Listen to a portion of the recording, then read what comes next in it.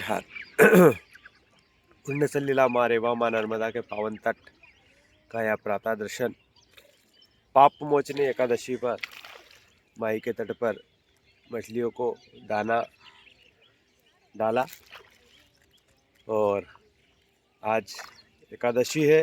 कहते हैं माई के तट पर अमावस्या, एकादशी, पूर्णिमा ये पावन तिथियों पर स्नान करने का पुण्य फल प्राप्त होता है और मैया का ऐसा आशीर्वाद है कि क्या अमावस्या, क्या पूर्णिमा और क्या एकादशी, माई प्रतिदिन मैया के तट पर बुलाकर दर्शन देती है।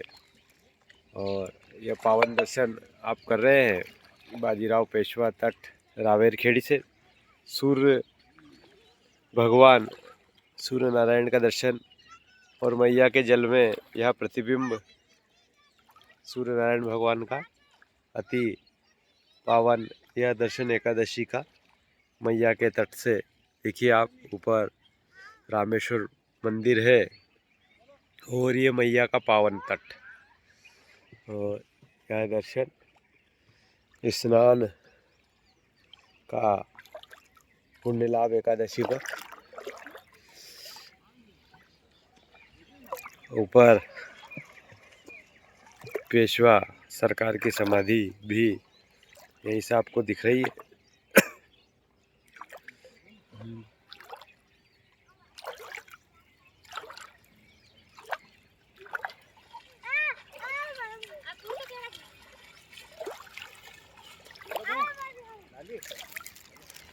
आज पाप मोचनी एकादशी है तो माँ नर्मदा के तट पर है तो आपको नर्मदा पुराण का एक छोटा सा वृत्तांत सुनाते हैं। महादेव जी ने जब माँ नर्मदा जी से कहा, हे महाभागे, जो तुम्हारे मन में है वो वरदान तुम मांगो, तब सरिता माँ नर्मदा बोली, प्रलय काल में भी मैं अभय बनी रहूं, सागर पर्वतों के क्षीण होने पर भी महादेव आपके अनुग्रह से अक्षय और पुण्यशाली सदा बनी रहूं, मुझ में स्नान करके सभी सर्व पापों से मुक्त हो जावे, दक्षिण मार्ग से सभी देवता पूजित हो जावे एवं दक्षिण गंगा के नाम से मैं प्रसिद्ध हो जाऊं, पृथ्वी पर सभी तीर्थों में स्नान करने से जो पुण्य फल प्राप्त होता है, हे महेश्वर, वह भक्तिपूर्वक स्नान करके वही पुण्य फल लोग मुझसे प्राप्त करें।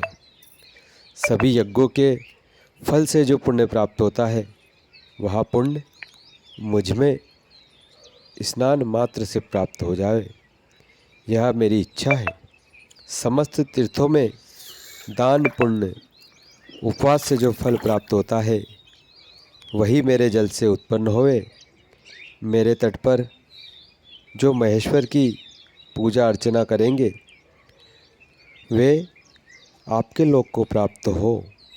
यह सब आप मुझे दीजिए।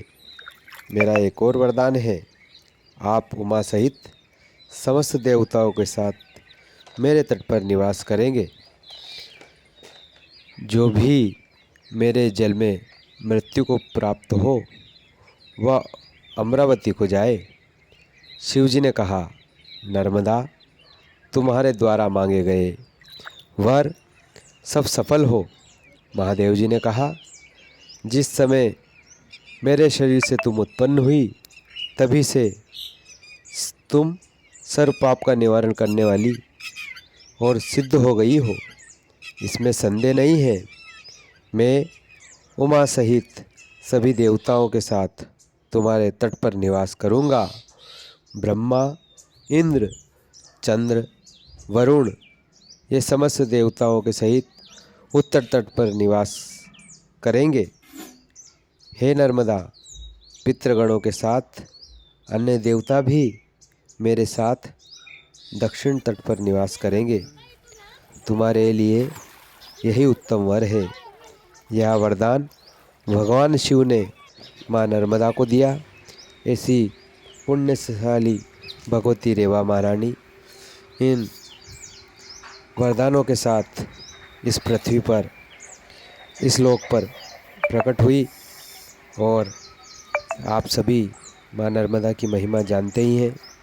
माँ नर्मदा की पैदल परिक्रमा भी भक्त लोग साधना के लिए करते हैं और ऐसा कहा गया है कि माँ नर्मदा का तट साधना का एक केंद्र है। तपस्वी ऋषि मुनि माँ नर्मदा के तट पर विराजमान है। कहा जाता है कि इतने संत माँ नर्मदा के इस तट पर निवास करते हैं कि कमंडल से कमंडल टकरा रहे हैं।